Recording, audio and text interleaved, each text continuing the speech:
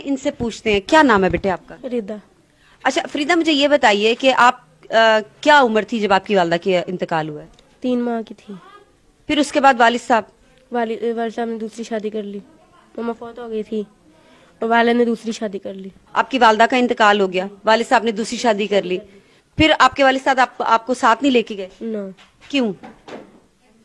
उनकी बीवी ने कहा होगा कि बच्चा नहीं लेना। अच्छा, उनकी जो वाइफ थी उन्होंने आपको कबूल करने से इनकार कर दिया? जी जी। अच्छा, फिर उसके बाद आपको किसने पाला? किस तरह से आप जो है आज माशाल्लाह 17 साल की हैं? दादी ने पाला। दादी ने पाला? जी। और आपके कितने बहन भाई हैं? मैं अकेली थी। आप अकेली थी? जी। अच्छा, दादी ने आपको पाला, और फिर अब आके क्या ऐसे मसाइल हुए, क्या मुश्किलात हुई कि आपको आज मीडिया पे आना पड़ा? पहले दादी काम करती थी, अब दादी काम नहीं कर सकती, वो बूढ़ी हो गई हैं और बीमार भी रहती हैं। अच्छा जी। इस वजह से मतलब आप कोई नहीं है अब आपका नहीं। सवाए दादी के? जी। ठीक हो गया। अच्छा, अब आप मुझे ये बताइए कि आप क्या मदद चाहती हैं? आप मुझे ये बताइए कि जब वालदा एक होती है ना, माँ होती है, उसके बगैर जिंदगी कैसी गुजरी है? दादी ने पाला, आपको बहुत प्यार से पाला, लेकिन माँ के बगैर, बाप के बगैर कैसी जिंदगी है? 17 साल कैसे गुजरे? बहुत मुश्किल से गुजरे। मुश्किलात हुई? जी। क्या मुश्किलात हुई? मामा की याद भी आती थी। बहुत मुश्किलात हुई, और जो माँ बाप ख्याल रखता है वो कोई ख्याल नहीं रख सकता। और दादी ने भी बहुत ख्याल रखा, लेकिन माँ बाप एक अलग ही ख्याल रखते हैं, इस वजह से। ठीक, तो कभी वालिद साहब ने राब्ता नहीं किया? वो राब्ता तो किया है, साथ ही रहते हैं, लेकिन खर्चा वगैरह नहीं करते। अच्छा, वालिद साहब आपके साथ रहते हैं, लेकिन वो आपका खर्चा उठाने के लिए राजी नहीं है? नहीं। तो जो आपकी स्टेप मदर है, यानी कि सतीली माँ है, वो भी आपके साथ रहती हैं? जी। आपको पढ़ाया लिखाया है आपकी दादी ने या वालिद साहब ने? जी, दादी ने पढ़ाया है, मैट्रिक किया? जी। उसके बाद आप आगे नहीं पढ़ सकी? नहीं। क्यों? आप आगे मतलब आप अभी 17 साल की हैं, तो आपका दिल नहीं था कि मैं अब मैट्रिक कर लिया, मैं आगे कॉलेज जाऊं, एक अच्छी लाइफ गुजारूं, अपने पैरों पे खड़ी हूं? खर्चा वगैरह नहीं था, और दादी अब आगे पढ़ा नहीं सकती थी, इस वजह से नहीं पढ़ सकी। जहां तक दादी से हो सका वहां तक पढ़ाया, आगे नहीं अखराजात पूरे होते थे? नहीं, अखराजात नहीं पूरे होते थे। पढ़ना चाहती थी आप? चाहती थी। अभी भी पढ़ना चाहती हैं? अब नहीं पढ़ना चाहती। अब नहीं पढ़ना चाहती? नहीं। क्यों? आप क्यों नहीं पढ़ना चाहती? वैसे अब नहीं पढ़ना चाहती। ठीक है। अच्छा, मुझे अब आप ये बताइए कि आपको कोई अगर अच्छा जीवन साथी मिल जाए, कोई ऐसा अल्लाह का नेक बंदा आपको मिल जाए जो आपसे शादी करना चाहे, आपका सहारा बनना चाहे, तो क्या आपको कबूल होगा कि आप करेंगी? जी, करूँगी। शादी कर लेंगी? जी। तो किस तरह का आपको चाहिए कि क्या वो करता हो, किस तरह का होना चाहिए आपका हमसफर जो है? अच्छे इखलाक का हो, अच्छा हो, ईमानदार हो, जो मेरा और मेरी दादी का ख्याल रखे। दादी आपके साथ रहेंगी? जी। मतलब आप चाहती हैं कि दादी को अपने साथ रखें? जी।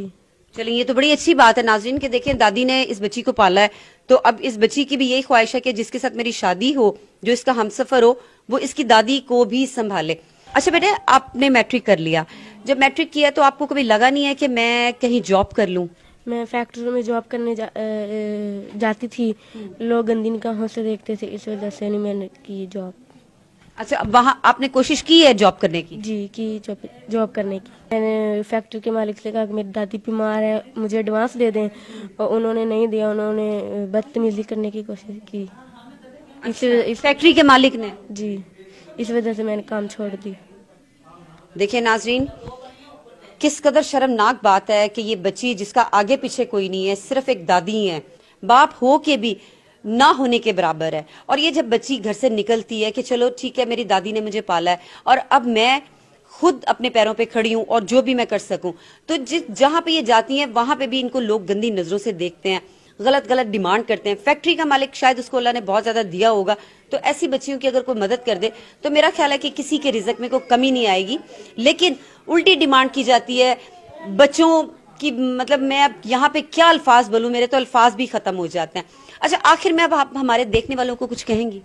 मैं कहना चाहूँगी कि मेरी दादी को कोई खर्चा उठाए, मेरा खर्चा उठाए, कोई अल्लाह का बंदा हमारी जिम्मेदारी उठाए, बस ये कहना चाहूँ। यानी कि आप चाहती हैं कि कोई अल्लाह का नेक बंदा शादी के लिए भी मिल जाए, तो आप शादी करने के लिए भी तैयार हैं? जी शादी भी कर लेंगी? जी। ठीक है।